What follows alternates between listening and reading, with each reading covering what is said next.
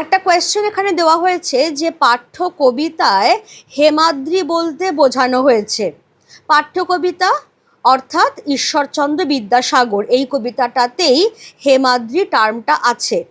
তাহলে হেমাদ্রির হেমকান্তি অম্লান কিরণে, কোয়েশ্চেনটা কি আছে যে পাঠ্য কবিতায় হেমাদ্রি বলতে বোঝানো হয়েছে কাকে?